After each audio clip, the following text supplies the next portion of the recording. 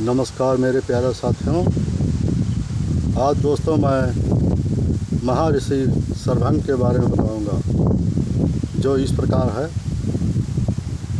भयंकर बलशाली विराट राक्षस का वध करने के पश्चात सीता, राम और लक्ष्मण महर्षि सरभंग के आश्रम में पहुँचे। महर्षि सरभंग अत्यंत वृद्ध हो चुके थे। उनका शरीर जर्जर हो चुका था। ऐसा प्रतीत होता था कि उनका अंतकाल आ चुका है। राम महर्षि के चरण स्पर्श किए और उन्हें अपना परिचय दिया। महर्षि ने उनका सत्कार किया और कहा, हे राम, मन प्रांत में तुम जैसा कभी कभी आते हैं। अपना शरीर त्यागने से पहले मैं आपका दर्शन करना चाहता था, इसलिए तुम्हारी प्रतीक्षा में अब तक अपना शरीर नहीं छोड़ा था। तो आपके दर्शन मात्र से इस नश्वर एवं जर्जर शरीर को त्याग करके मैं ब्रह्मलोक चला जाऊंगा। मेरे शरीर त्यागने के बाद आप महामुनि सुतीक्षण के पास चले जाना, वह ही तुम्हारी कल्याण करेंगे। इतना कहकर महर्षि सरभंग अपने शरीर त्याग दिए। महर्षि के परलोक जाने के पश्चात सभी ऋषि मुनि ने आकर श्री राम से प्रार्थना की कि हे राघव, क्षत्रिय कुल में जन्म लेने के नाते आपका कर्तव्य बनता है कि हम लोगों की रक्षा करें।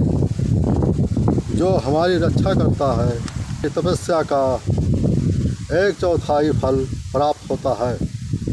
मगर दुख की बात यह है कि आप जैसे प्रजापालक राजा के होते हुए जन और उनके बड़ी सेना हमें सताते हैं और हमारी भक्ति में विघ्न डालते हैं और हमारी हत्या कर देते हैं। इन राक्षसों ने पंपा नदी और मंदाकिनी नदियों क्षेत्रों तथा चित्रकूट पर्वत के क्षेत्रों में भयानक उत्पात मचा रखा है और हम जैसे ईश्वर भक्त ऋषियों का हत्या कर देते हैं।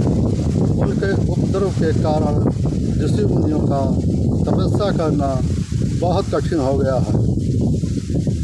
ये समाधिस्थ ऋषियों को मार कर खा जाते हैं। इसलिए हे राघव, हम आपकी शरण में आए हैं। आप हमारी सहायता करें और हमें निर्भय होकर तप करने का अवसर प्रदान करें। ऋषियों के वचन सुनकर राम बोले, हे ऋषियों, आप सबके कष्ट को मैं सुनकर अत्यंत व्याधित हुआ हूँ। आपकी आज्ञा से अभी मुझे 14 वर्ष तक पिता की आज्ञा से अभी मुझे 14 वर्ष तक इस वन में निवास करना है। आप सभी के रक्षार्थ में रहकर इन राक्षसों को चुन चुन कर संहार कर दूंगा। और सीता और लक्ष्मण एक साथ बैठकर संध्या उपासना की और रात्रि विश्राम भी।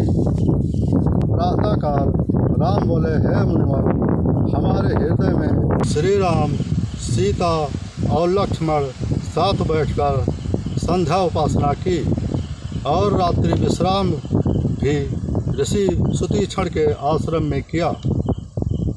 प्रातःकाल राम बोले, हे मुनिवर, हमारे हृदय में दंडक वन में रहने वाले सभी ऋषि मुनियों के दर्शन के उत्कृष्ट अभिलाषा है। हमने सुना है कि यहाँ पर ऐसे ऋषि मुनि तपस्या कर रहे हैं कि केवल फलाहार करके हजारों वर्षों तक तपस्या करके सिद्धि प्राप्त कर चुके हैं।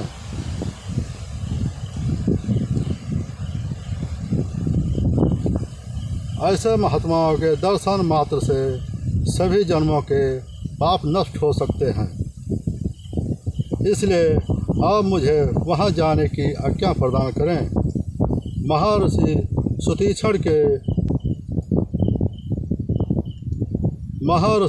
सुतीक्षण ने राम को आशीर्वाद देके विदा किया। हे राम, तुम्हारा मार्ग मंगलमय हो। वास्तव में यहाँ तपस्वी असीम ज्ञान और भक्ति के भंडार हैं। तुम अवश्य उनके दर्शन करो। इस वन वातावरण भी तुम्हारे लिए अनुकूल हैं। इसमें तुम लोग सार्थक करो,